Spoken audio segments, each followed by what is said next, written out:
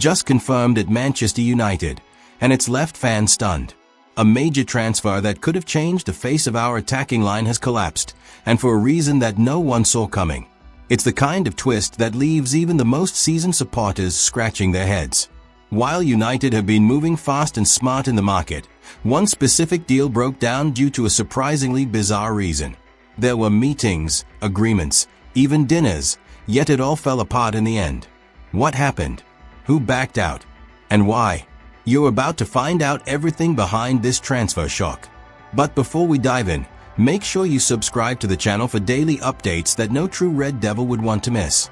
Antoine Semenyo was at the center of one of Manchester United's most surprising transfer stories this summer. The Bournemouth forward was almost on his way to Old Trafford, with talks reportedly advancing well. In fact, personal terms had already been agreed between Semenyo and United. The Ghanaian international had kicked off the Premier League season in brilliant form, netting 2 goals and providing an assist, which made him an even more attractive option for United's frontline. The Red Devils had already made headlines by signing Matheus Cunha from Wolves, followed by a smart move for Bryan Mbeumo, who had also been on the radar of Champions League clubs. The biggest splash came with the €85 million signing of Benjamin Sesko. But the club didn't stop there. Ruben Amorim, the new manager at Old Trafford, was keen to reinforce his attack further. That's where Semenyo entered the scene, seen as a potentially explosive addition to United's forward line. According to journalist Duncan Castles on the Transfers podcast, United aggressively pursued Semenyo and were convinced he would be a key part of their plans. Amorim himself took a hands-on approach, even agreeing to meet the player personally. In a bold move, he reportedly dined with Semenyo in London after the season ended, aiming to assess his personality and motivation firsthand, a tactic previously used with both Cunha and Mbeumo. But then, negotiations hit a snag. Despite being close to an agreement and setting a firm limit of £55 million for the transfer, United's plans were disrupted when Tottenham Hotspur also expressed interest in the player. That gave Bournemouth leverage to raise their asking price, knowing that 2 Premier League giants were circling. What looked like a done deal suddenly became a complicated tug-of-war. Yet the real turning point wasn't the fee, it was the salary. Once Semenyo discovered how much more United were willing to pay Cunha and Mbeumo, his enthusiasm for the move reportedly took a hit. The deal offered to him was said to be less than 70% of what was promised to the other 2 signings. This revelation not only raised eyebrows, but also gave Bournemouth a perfect chance to step in and secure their players' loyalty. The Cherries moved quickly, offering Semenyo a new contract until 2030. With the new terms on the table and the promise of being their key man for at least another season, the forward was persuaded to stay put. It's believed the club painted a clear picture: play another season at Bournemouth, continue impressing, and the door to a bigger move would remain open. The strategy worked, and the transfer to United fell through. This twist left United fans disappointed, as many saw Semenyo as a solid fit for Amorim's system.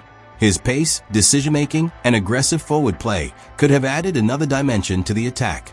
United were hoping to field him on the left flank, where his bursts of speed and direct style might have caused chaos for opposing defenses.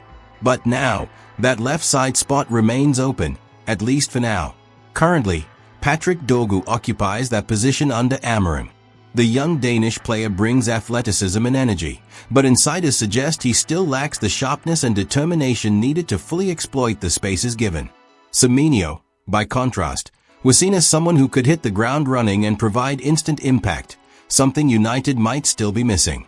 Interestingly, it's been suggested that United didn't see Semenyo as just a backup option. Even after landing Cunha and Mbeumo, the club were believed to be open to signing all 3 attackers, banking on their Premier League experience and versatility. This speaks volumes about the ambition shown in this summer's transfer strategy, aiming to build a squad that can compete on all fronts. Whether the Red Devils will return for Semenyo in a future window remains to be seen. With a long contract now in place and his value potentially increasing, it could take even more money to secure his signature. But if his form continues, the temptation may be too strong to ignore. United have already shown they are willing to spend, and if the need arises again, Semenyo could very well be back on the radar. For now, though, the chapter closes on a transfer that was almost written in ink, only to be erased by a surprising mix of numbers and negotiation tactics. The story serves as a reminder that in football, even the most promising deals can fall apart for reasons that go beyond talent and potential. And in this case, the gap in wages played a bigger role than anyone expected. This news, while frustrating for many, does show that Manchester United are being extremely ambitious in the market, and they are not settling for second best. The failed deal might just be a pause, not a full stop. But what do you think? Should United try again to sign Antoine Semenyo in the next window? Yes or no? Leave your thoughts in the comments. I want to hear from you, passionate Reds.